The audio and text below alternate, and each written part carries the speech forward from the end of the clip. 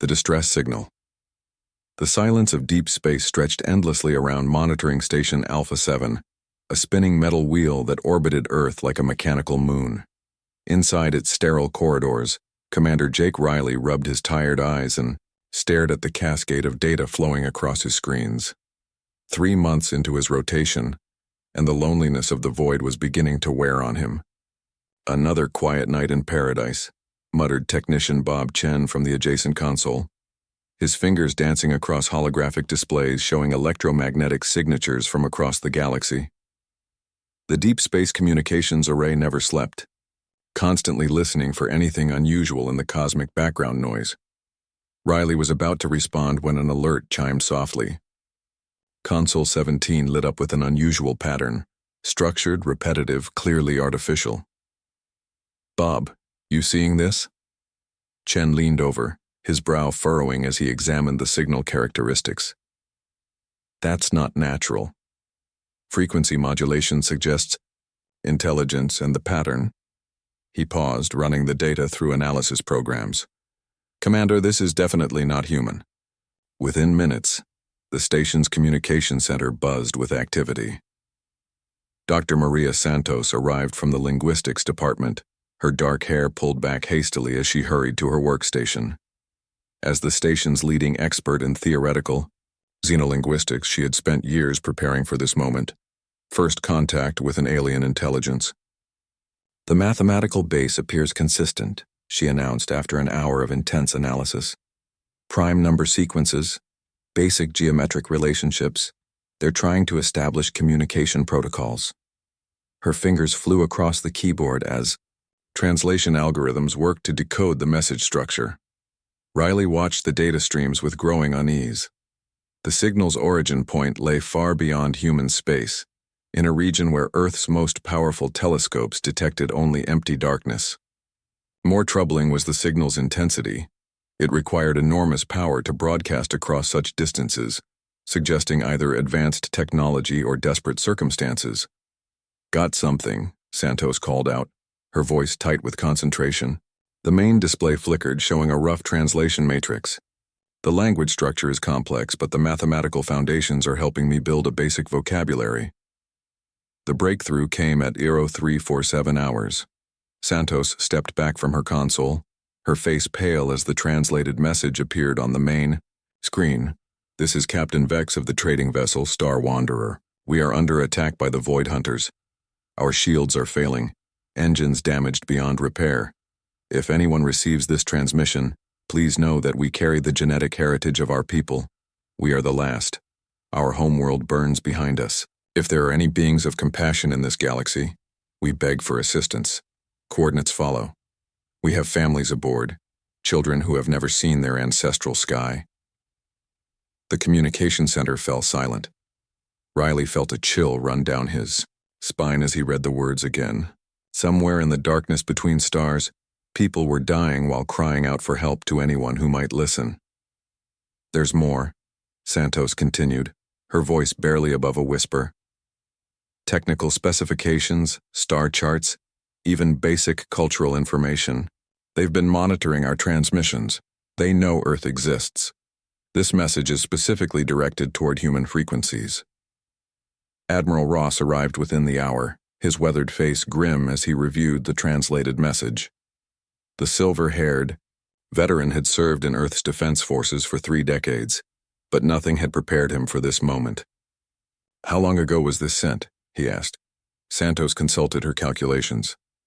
"Based on the signal's degradation and the distance involved, approximately 6 weeks. But Commander, there's something else. The technical data they included describes a temporal distortion field around their ship. They're not just sending a message, they're manipulating time itself, creating a localized field that slows their personal timeline." Riley leaned forward, trying to understand the implications. "You mean they're still alive?" "Possibly. If their calculations are correct, 6 weeks of normal time might translate to only hours or days aboard their vessel. They're buying time, hoping someone will answer their call." The debate that followed was intense. Earth's military leadership argued that responding could expose humanity's location to whatever forces were attacking the aliens. The Void Hunters were completely unknown. They could be anything from pirates to a conquering army that consumed entire civilizations. But the message's personal touches haunted everyone who read it. References to children, to families, to the last survivors of a destroyed world. Captain Vex had included personal messages from his crew, farewells to loved ones they would never see again, hopes that their sacrifice might mean something to someone, somewhere. "We can't ignore this," Riley found himself saying during the command briefing. "If we have the capability to help and we choose not to act, what does that say about us as a species?" Dr. Santos supported the rescue mission, presenting additional analysis that painted a grim picture. The alien star charts showed vast regions of space marked as consumed zones, areas where the Void Hunters had apparently destroyed everything. Entire solar systems reduced to lifeless debris fields. The communication center fell silent. Riley felt a chill run down his spine as he read the words again. Somewhere in the darkness between stars, people were dying while crying out for help to anyone who might listen. "There's more," Santos continued, her voice barely above a whisper. "Technical specifications, star charts, even basic cultural information. They've been monitoring our transmissions. They know Earth exists. This message is specifically directed toward human frequencies." Admiral Ross arrived within the hour, his weathered face grim as he reviewed the translated message. The silver-haired veteran had served in Earth's defense forces for 3 decades, but nothing had prepared him for this moment. "How long ago was this sent?" he asked. Santos consulted her calculations. "Based on the signal's degradation and the distance involved, approximately 6 weeks. But Commander, there's something else. The technical data they included describes a temporal distortion field around their ship.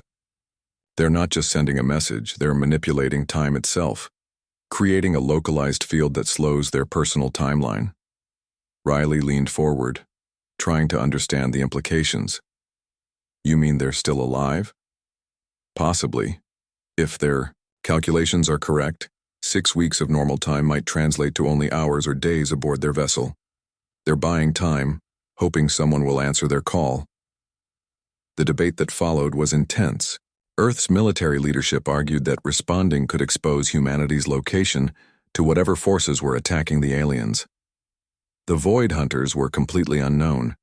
They could be anything from pirates to a conquering army that consumed entire civilizations. But the message's personal touches haunted everyone who read it.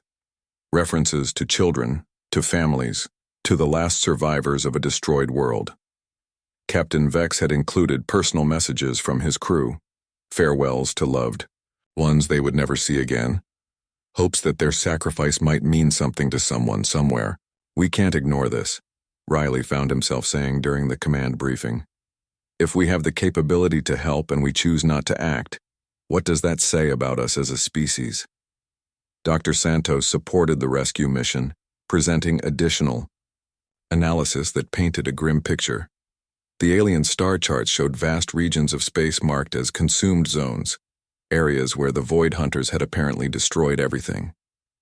Entire solar systems reduced to lifeless debris fields. "Whatever these Void Hunters are," she explained, "they represent a threat to all spacefaring life. If we don't act now, we might face them alone later." Captain Tom Nash stepped forward, a compact man with steady gray eyes and 20 years of deep space experience. "I'll take a reconnaissance fleet. 3 ships, minimal crew, maximum stealth capability. We go in quiet, assess the situation, and extract any survivors if possible." The preparation took 18 hours. Nash's fleet consisted of the Stealth, cruiser Defiant, and 2 escort vessels, armed with humanity's most advanced weapons and shielding technology. Each ship carried a crew of specialists, Marines, medics, engineers, and xenobiologists prepared for first contact under the worst possible circumstances. As the fleet prepared for departure, Santos continued monitoring the alien signal. It was growing weaker, the temporal distortion field apparently requiring enormous energy to maintain.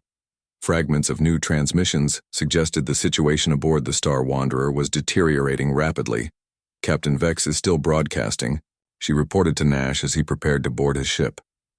He's asking forgiveness from his ancestors for failing to protect his people. Tom, these beings are facing extinction, and they're doing it with more dignity than most humans would manage. Nash nodded grimly. We'll bring them home, Doctor, whatever it takes.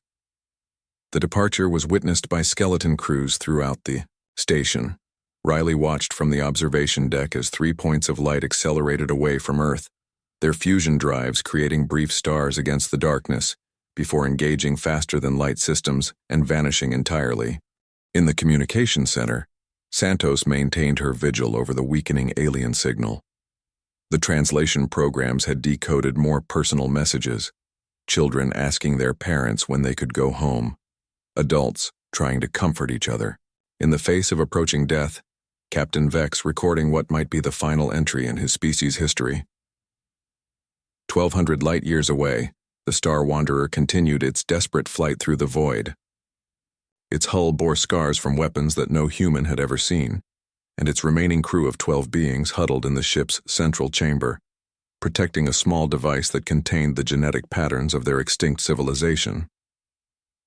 Captain Vex looked out through the damaged viewport at the massive shapes pursuing them, living vessels of impossible size that seemed to absorb light itself. The Void Hunters moved with predatory patience, knowing their prey could not escape. They had consumed 1,000 worlds, and this small ship would make no difference to their endless hunger. But somewhere in the darkness ahead, 3 human ships raced toward an appointment with destiny, carrying with them the hopes of 2 species and the seeds of a conflict that would reshape the galaxy forever.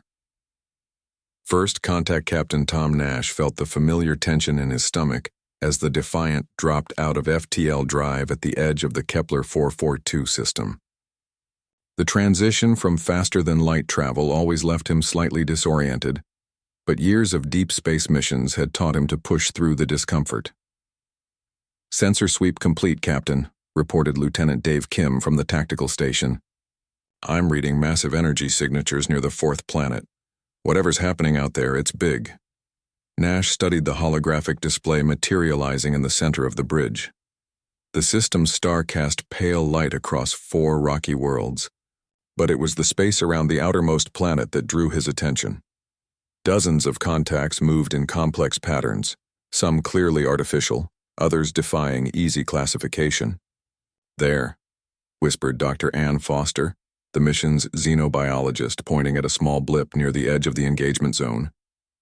"That has to be the Star Wanderer. Energy signature matches the technical specifications from their transmission."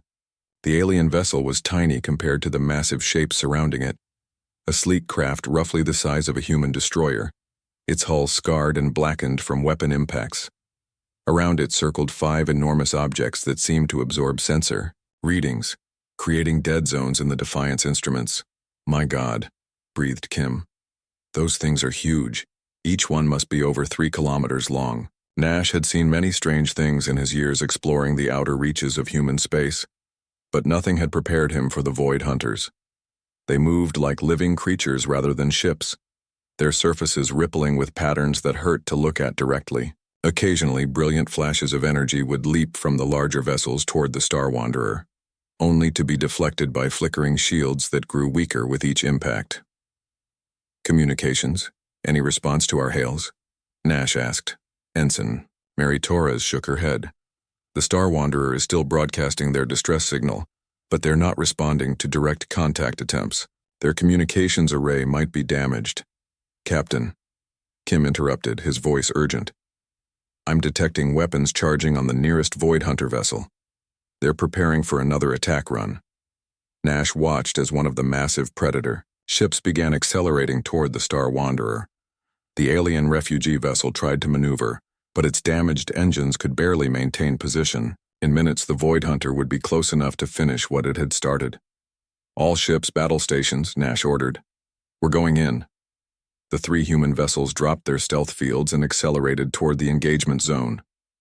Plow. Defiant's sister ships, the Vigilant and the Guardian, took flanking positions as they approached the alien battle. "Tactical analysis?" Nash asked. Kim studied his instruments, his face growing pale. "Captain, those Void Hunter ship, they're not showing up properly on our sensors. It's like they're partially phased out of normal space, and the energy readings are off the charts. Each one has more firepower than a human battlecruiser.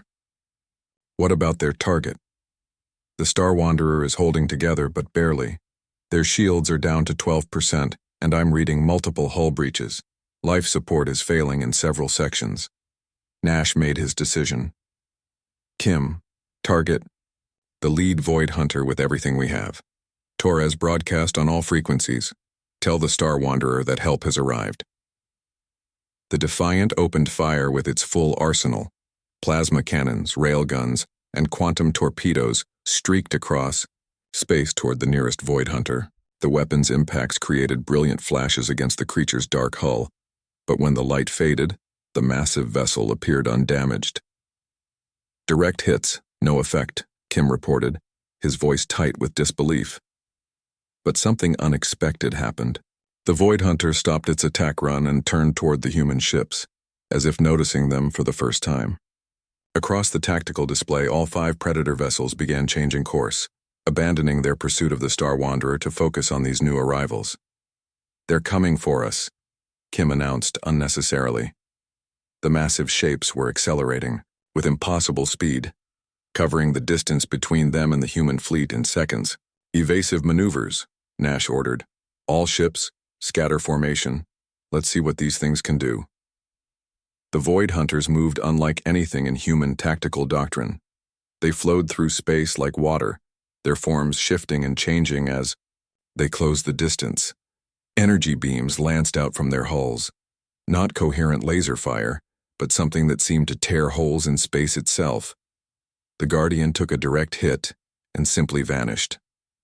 One moment it was there, the next it was gone without even debris to mark its passing. Guardian is gone, Torres reported, her voice shaking.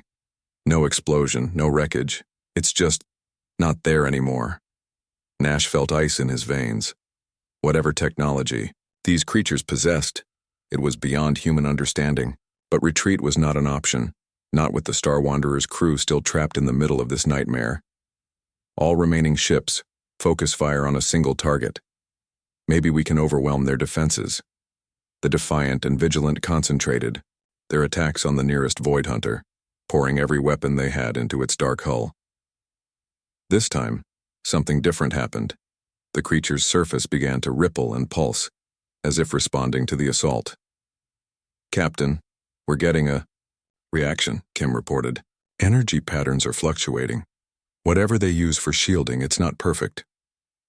Suddenly, the Star Wanderer moved. The alien ship, which had been drifting helplessly moments before, suddenly blazed with renewed energy. Its engines flared to life, and it accelerated directly toward the human fleet. Incoming transmission, Torres announced. It's from the alien ship. The main screen flickered, and for the first time in human history, an alien face appeared on a human starship's display. Captain Vex was tall and lean, with pale blue skin and large dark eyes that seemed to hold depths of ancient sadness. When he spoke, the translation software rendered his words in clear English. Human vessels, I am Captain Vex. Your courage honors us, but you must retreat. The Void Hunters cannot be defeated by conventional weapons. They have consumed civilizations, far more advanced than either of ours. Nash leaned forward. Captain Vex, we're here to get you out. Can your ship maintain FTL? Negative. Our dimensional drives were damaged in the initial attack, but there is something else you must know. Vex's expression grew even more grave. The Void Hunters are not ships. They are living creatures, beings that feed on the life force of entire worlds. They have been hunting us across the galaxy for months, and now they know of your existence. As if to emphasize his words, the remaining Void Hunters began surrounding the human and alien vessels, their massive forms creating a cage of living darkness. Nash realized they were no longer just fighting for the Star Wanderer's crew. They were fighting for humanity's future. All ships prepare for emergency FTL, Nash ordered. We're taking our new friends home. But as the ships prepared to jump, the Void Hunters did something that chilled Nash to the bone. They began to sing. A harmonious sound that somehow penetrated the vacuum of space and vibrated through the hulls of both human and alien vessels. It was a sound of hunger, of ancient patience, and of absolute certainty that all things would eventually be consumed. The battle for first contact had become a race for survival, and Nash wasn't sure any of them would make it home to warn Earth of what was coming. The revelation, the emergency jump to FTL, should have been routine. Nash had performed similar maneuvers hundreds of times during his career, but nothing could have prepared him for what happened when the Defiant's drive engaged.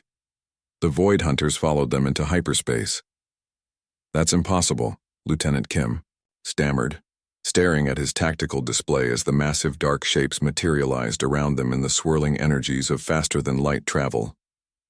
"Nothing can maintain coherence in hyperspace without proper shielding." Captain Vex's voice crackled over the communication link, his alien features tight with fear. "They adapt to any technology they encounter. The Void Hunters have been consuming civilizations for millions of years. They learn from every species they devour." Nash watched in horror as tendrils of living darkness reached toward his ship, somehow maintaining physical form in a dimension where matter shouldn't exist. "How do we fight something like that?" "You don't fight them," Vex replied grimly. "You run, and hope they lose interest before they strip your world bare." The Vigilant suddenly lurched sideways as one of the tendrils made contact with its hull. Nash could hear Captain Lisa Brooks screaming orders to her crew over the radio before her transmission cut to static. When the interference cleared, her ship was gone. Not destroyed, but absorbed into the mass of the nearest Void Hunter. "Captain Brooks, respond," Nash called. But there was only silence. Dr. Foster had been monitoring the alien biometrics since the rescue began. Now she looked up from her instruments with wide eyes. "Captain, I'm reading something strange. The Void Hunter that absorbed the Vigilant, its energy signature just increased by exactly the amount of power our ship's reactor produces." Nash felt his blood run cold. "You mean they're not just destroying our ships, they're consuming them?" "Everything," Vex confirmed. "Matter, energy, even information. The Void Hunters feed on the fundamental forces that hold reality together. They leave nothing behind." The remaining human and alien vessels dropped out of hyperspace in an empty region between star systems. Nash had hoped the random jump would lose their pursuers, but the Void Hunters emerged from FTL moments later, their forms even larger than before. "They're growing," Kim observed with sick fascination. "Each ship they consume makes them stronger." Nash opened a channel to Earth. "Priority Alpha transmission to Admiral Ross. We have confirmed alien contact, but the situation is critical. Unknown hostile entities with reality-altering capabilities are pursuing us toward human space. Recommend immediate system-wide alert." The response came back minutes later, Admiral Ross's voice tight with concern. "Nash, we're tracking your approach. Vector, you're leading them straight to Earth. Sir, we have 12 alien refugees aboard the Star Wanderer. They're the last survivors of their species. We can't abandon them. And if you bring those things to Earth, you'll be responsible for humanity's extinction," Ross replied bluntly. Before Nash could respond, Captain Vex's image appeared on his screen again. The alien captain had moved to what appeared to be his ship's bridge, where other members of his species worked frantically at stations Nash couldn't identify. "Captain Nash, I must tell you something about your species that you may not understand," Vex began. "We have been monitoring human transmissions for decades, studying your culture, your history, your psychology. What we discovered troubles us greatly." "What do you mean?" Nash asked. "Most intelligent species develop along predictable paths," Vex explained. "They become peaceful explorers, logical researchers, or territorial conquerors. Humanity is different. You are simultaneously compassionate enough to risk everything for strangers, and violent enough to wage war on multiple fronts while helping refugees. It is a combination we have never encountered." Dr. Foster leaned forward, intrigued despite their desperate situation. "You're saying humans are unique?" "Dangerously so," Vex replied. "In our analysis, humanity exhibits characteristics that suggest you could either become the galaxy's greatest protectors or its most efficient destroyers. The Void Hunters have consumed over 2,000 civilizations, but they have never encountered a species like yours. Nash was about to ask what that meant when his sensors detected something impossible. 3 more ships had just dropped out of FTL, human vessels moving faster than anything Earth had ever built. "Captain Nash, this is Admiral Ross aboard the Retribution. We're here to provide assistance." Nash stared at his tactical display. The 3 ships approaching were massive, each one larger than Earth's biggest space stations. They moved with precision that suggested advanced automation, and their energy signatures were unlike anything in human naval doctrine. "Admiral, where did those ships come from? I've never seen designs like that." Ross's voice carried a note of grim satisfaction. "Black Project, Nash. We've been preparing for this day longer than you might think. The question is whether we're ready for what's coming." The new human ships, designated as the Retribution, Vengeance, and Wrath, took formation around the smaller vessels. As they did, Nash noticed something odd about their construction. The hull seemed to shift and flow, adapting their configuration based on immediate tactical needs.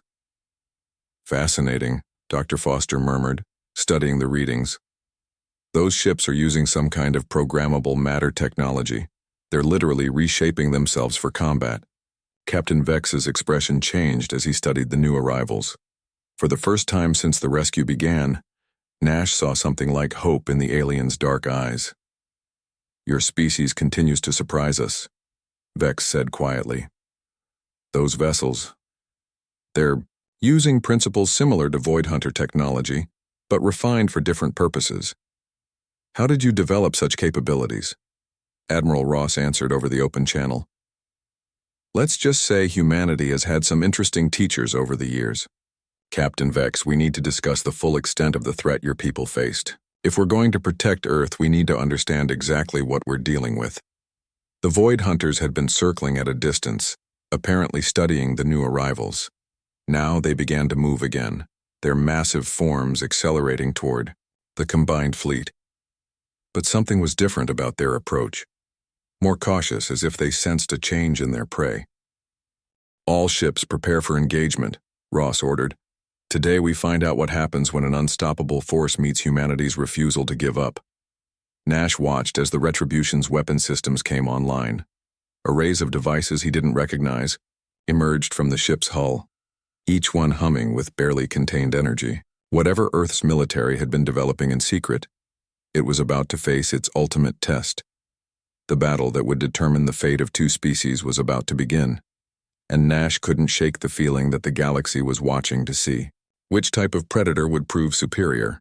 The ancient hunters from the void, or the young species that had answered a cry for help and refused to back down? The space around the combined fleet erupted into chaos as the void hunters attacked with renewed fury. But this time, humanity was ready. The Retribution opened fire first, unleashing weapons that defied everything Nash thought he knew about physics. Beams of twisted light carved through space, creating visible tears in reality itself. Where they struck the nearest Void Hunter, the creature's dark mass began to unravel, its absorption fields flickering and failing.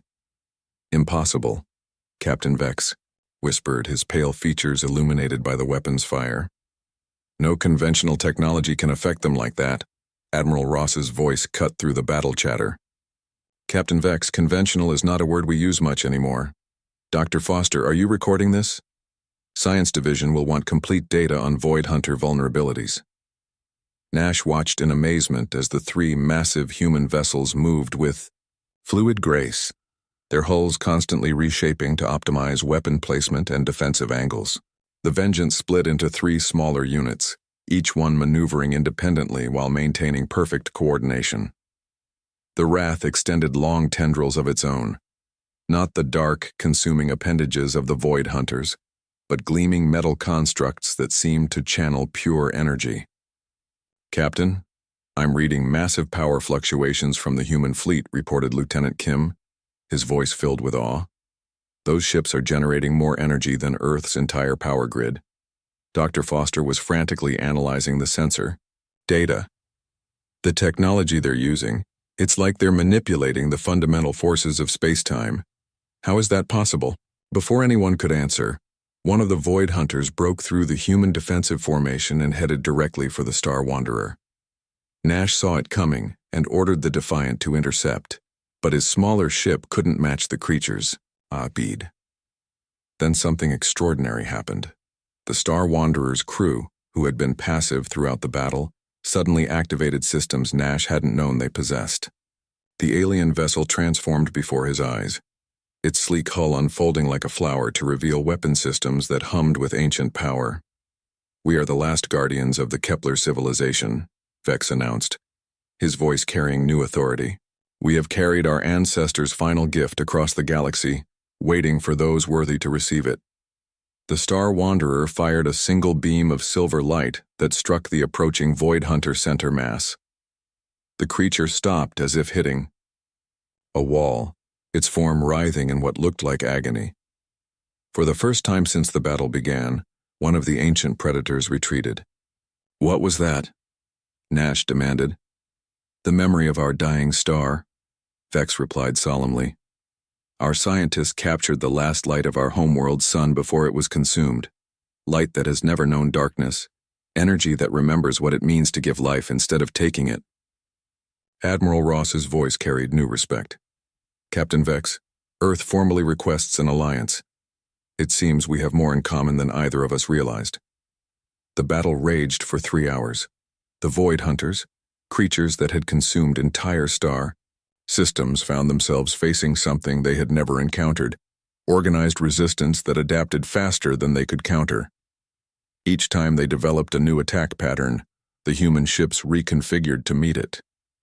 Each time they tried to absorb human technology, they found safeguards that turned their own feeding instincts against them.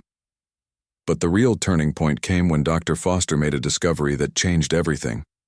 "Captain, I've been analyzing the Void Hunter biology, and I think I understand what they really are," she announced, her voice tight with excitement and horror.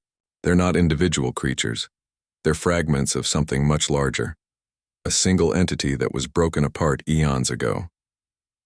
"What does that mean for us?" Nash asked. "It means they're trying to reunite.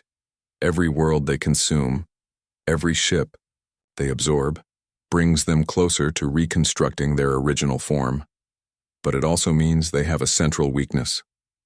Admiral Ross's tactical display updated with Foster's analysis. "Doctor, you're suggesting they have a collective consciousness?" "More than that. They share a single point of vulnerability, a quantum entanglement that connects all fragments across space and time. If we could disrupt that connection, we could stop them all at once," Ross finished. "The question is how." Captain Vex had been listening to the exchange with growing excitement. "The archives, the genetic samples we carry, they're not just biological material. Our scientists encoded our entire technological database into the quantum structure of our DNA, including research into dimensional physics that took millennia to develop." Nash felt a spark of hope. "You're saying you might have the technology to sever their connection?" "Possibly, but it would require a level of cooperation between our species that has never been attempted. Human engineering capability combined with Kepler theoretical knowledge." Admiral Ross made the decision instantly. "All ships fall back to defensive positions around the Star Wanderer. We're going to try something that's either brilliant or suicidal." The human fleet created a protective barrier around the alien vessel, while Vex's crew began uploading their technological archives to Earth's computers. The data transfer revealed the scope of their knowledge: 10,000 years of scientific advancement compressed into quantum patterns that human minds could barely comprehend. But humanity's gift for adaptation proved crucial. Earth's AI systems, originally designed to interface with incomprehensible alien technology, began translating Kepler science into human applications. Within an hour, they had a theoretical framework for a weapon that could sever the quantum bonds holding the Void Hunter collective together. "It's called a severance field," Dr. Foster explained as the combined human-alien team worked frantically to construct the device. "It creates a localized area where quantum entanglement cannot exist. If we can generate a field large enough to encompass all the Void Hunter fragments in this system, they'll be cut off from their collective consciousness." Nash realized. Isolated, confused, and vulnerable. The construction took everything both species had. Human manufacturing capability combined with Kepler theoretical knowledge created something neither could have achieved alone. A weapon designed not to destroy, but to free creatures from their own nature. As the severance field generator came, online the Void Hunters seemed to sense what was happening. They abandoned their attack patterns and converged on the human fleet with desperate fury, knowing somehow that their ancient unity was under threat. "Field generator charging," reported the Wrath's weapons officer. 60 seconds to activation. The final minute felt like an eternity. Void Hunter tendrils wrapped around human ships trying to drain them before the field could activate. The Retribution lost its forward sections to a feeding frenzy, while the Vengeance barely escaped complete absorption. Then the field activated. The effect was immediate and dramatic. The Void Hunters simply stopped. Their massive forms hung motionless, in space no longer moving with coordinated purpose. For the first time in millions of years they were individuals, confused, alone, and unable to understand what had happened to them. "Field is stable," Foster reported. Quantum entanglement disrupted across a sphere roughly 1 light-year in diameter. Nash watched as the creatures that had terrorized the galaxy began to drift apart. Their collective consciousness severed. Some attempted to attack, but their movements were uncoordinated, almost random. Others simply floated in space as if trying to remember what they were supposed to be doing. "Captain Vex," Admiral Ross called, "Earth officially extends an invitation for your people to settle in human space. It seems we make a good team." Vex's image on the screen showed an expression Nash was learning to recognize as alien gratitude. "Admiral Ross, our species will remember this debt for as long as we exist. But I must warn you, we were not the only civilization fleeing the Void Hunters. There are others scattered across the galaxy, still running, still hoping for rescue." Nash smiled grimly. "Then I guess we'd better get to work." As the combined fleet began the journey back to Earth, carrying both species toward an uncertain but hopeful future, none of them realized that their battle had been monitored by dozens of other civilizations. The news was already spreading across the galaxy. Humanity had done the impossible. They had answered a cry for help and defeated an enemy that had seemed invincible. The age of humanity's isolation was over. The question now was whether the galaxy was ready for what they had awakened. The new galaxy 6 months after the Battle of Kepler 4R42, Earth had become the most talked-about world in the galaxy. The Terran Defense Network's communication arrays worked around the clock, processing thousands of messages from civilizations that humanity had never known existed. Admiral Ross stood in the newly constructed Galactic Relations Center, a massive facility orbiting Earth that served as humanity's diplomatic headquarters. Through the observation windows, he could see vessels from dozens of different species, maintaining careful distances from each other, some seeking alliance, others demanding answers, and a few clearly hoping to test the newcomers who had changed everything. "Status report," Ross requested as he entered the main briefing room. Dr. Maria Santos, now Earth's chief xenolinguist, gestured to the holographic display showing known galactic civilization clusters. "We've established contact with 47 different species in the past month. 12 are requesting immediate military assistance against remaining Void Hunter fragments. 8 want to form trade agreements. 3 are demanding that we surrender our dangerous technologies to galactic authorities. And the rest? They're watching, waiting to see what we do next." Captain Nash, recently promoted to head of humanitarian fleet operations, entered carrying a datapad filled with mission requests. "Admiral, we have 17 confirmed refugee fleets in various systems. The severance field worked on the main collective, but there are still isolated hunter groups active in the Outer Rim territories." Ross studied the tactical displays with the same intensity he'd once reserved for Earth's defense. The galaxy was far more complex than anyone had imagined. Ancient civilizations that had hidden from the Void Hunters for millennia were now emerging from secret bases. Young species that had never advanced beyond their home systems were suddenly asking for protection. And scattered throughout it all were the remnants of the hunter collective, individual creatures still dangerous but no longer coordinated. What's the status of the Kepler survivors? Dr. Foster looked up from her research station. Captain Vex's people have established a settlement on Titan.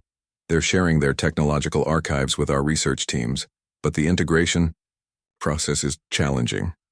Their science is based on completely different assumptions about how reality works. Nash nodded.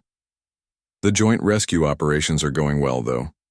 Human adaptability combined with Kepler knowledge has saved 6 refugee fleets in the past 2 months.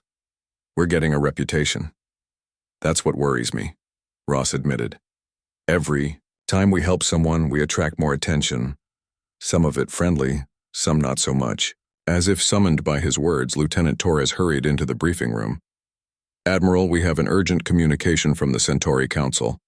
They're requesting immediate audience with Earth's leadership. Ross frowned. The Centauri Council represented one of the galaxy's oldest civilizations, beings that had achieved interstellar travel when humanity was still discovering fire.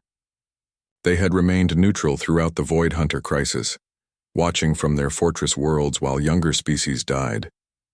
Put them through. The holographic projector activated, revealing a figure that looked almost human, except for silver, skin and eyes like liquid mercury. When it spoke, its voice carried the weight of millennia. I am Council Speaker Thane. Earth's recent actions have created disruptions in the galactic balance. The Void Hunter Collective maintained a certain order. Your interference has consequences you do not understand. Ross kept his expression neutral. Speaker Thane, we acted to save innocent lives. If that disrupted some cosmic balance, perhaps the balance needed changing. You speak of innocence, Thane replied coldly. The species you saved from the hunters were scheduled for processing. Their technological advancement was deemed dangerous to galactic stability. The Void Hunters served as regulators. The briefing room fell silent. Nash was the first to speak, his voice barely controlled. You're saying the Void Hunters were working for you? Not for us. With us. The galaxy requires management, young species. Left unchecked, civilizations develop weapons that threaten reality itself. The Hunters consume those who advance too quickly, preventing galactic wars that could destroy everything. Dr. Santos stepped forward, her linguistic training helping her read the subtle cues in the alien's posture. You maintained this system for millions of years? Deciding which species lived and died based on their technological progress? Peace through controlled evolution, Thane confirmed, until humanity interfered. Now dangerous technologies are spreading. Refugee species are sharing knowledge without oversight. The careful balance maintained for eons is collapsing. Ross felt anger building in his chest. And you want us to help? You restore that balance, we want you to accept guidance. Earth will be permitted to exist under Council oversight. Your military capabilities will be regulated. In exchange, you will be granted protected status within our sphere of influence. Nash laughed bitterly. Let me translate that. Surrender. Our freedom or face the consequences? Precisely. The communication ended abruptly, leaving the human leadership in stunned silence. Finally, Ross spoke. Well, that changes things. Santos, how many species are aware of this council arrangement? Based on our communications, maybe half. The others either don't know or have been hiding their opposition. Admiral, there's something else. Several of the younger civilizations have been asking about forming a defensive alliance. They call it the Liberation Coalition. Liberation from what? From the system the Council maintained. They want humanity to lead a galaxy-wide resistance movement. Ross walked to the observation window, watching the diverse fleet of alien vessels maintaining their careful positions around Earth. Each ship represented a species with its own history, culture, and dreams for the future. Some had suffered under the Council's management for thousands of years. Others were only now learning that their development had been artificially limited. Captain Nash, how many ships do we have available for deep space operations? 57 vessels using the new hybrid technology, human engineering with Kepler theoretical enhancements, each one roughly equivalent to a Council heavy cruiser. And how many refugee fleets are still out there? Conservative estimate? Several. 100. Maybe thousands. The Void Hunters were very thorough in their culling operations. Ross made his decision. Santos, draft a response to the Centauri Council. Earth respectfully declines their offer of protection. Nash, begin expanding our humanitarian fleet operations. If there are people out there who need help, we're going to help them. Admiral, Foster interjected, the Council has been managing galactic affairs for millions of years. They have resources we can't imagine. Are we really prepared to go to war with them? We're not going to war with anyone, Ross replied. We're going to do what humans do best: adapt, survive, and protect those who can't protect themselves. If that makes us enemies of some galactic establishment, so be it. Over the following weeks, Earth's response reverberated across the galaxy. Humanitarian fleets launched toward every known refugee population, offering aid without conditions. Research teams shared technological advances freely with any species that requested them. Most importantly, humanity refused to be managed by anyone. The reaction was swift and polarized. Some civilizations joined what became known as the Free Species Alliance, contributing ships and resources to the humanitarian missions. Others retreated, to Council protection, fearing the chaos that unrestricted development might bring. Captain Vex, now serving as Earth's liaison with rescued species, observed the growing movement with mixture of hope and concern. Your species continues to surprise the galaxy, he told Nash during a planning session. But you must understand, the Council has eliminated civilizations for less defiance than this. Then maybe it's time someone stood up to them, Nash replied. The galaxy doesn't need managers, it needs protectors. 6 months after first contact, humanity found itself at the center of a galactic revolution. The Void Hunters had been an ancient evil, but they had also been a tool of control. With that control broken, younger species were discovering their potential, forming alliances and asking questions that hadn't been asked in millennia. Earth's communications arrays now coordinated rescue operations across hundreds of star systems. Human-designed ships carried aid to civilizations that had been marked for extinction. And in the depths of space, the survivors of 1,000 worlds looked toward humanity with something that had been absent from the galaxy for too long: hope. The age of managed evolution was ending. The age of free development was beginning. And at its center stood a young species that had answered a simple distress call and discovered that sometimes the most dangerous thing in the galaxy wasn't a predator or a weapon. Sometimes it was the willingness to help a stranger in need, regardless of the consequences. As Admiral Ross watched another humanitarian fleet depart for the Outer Rim, he couldn't help but smile. The galaxy had learned to fear the Void Hunters for millions of years. Now it was learning something new, that sometimes the most terrifying force in the universe was a species that refused to let others suffer alone. The SOS had reached humanity, and the galaxy would never be the same. The end.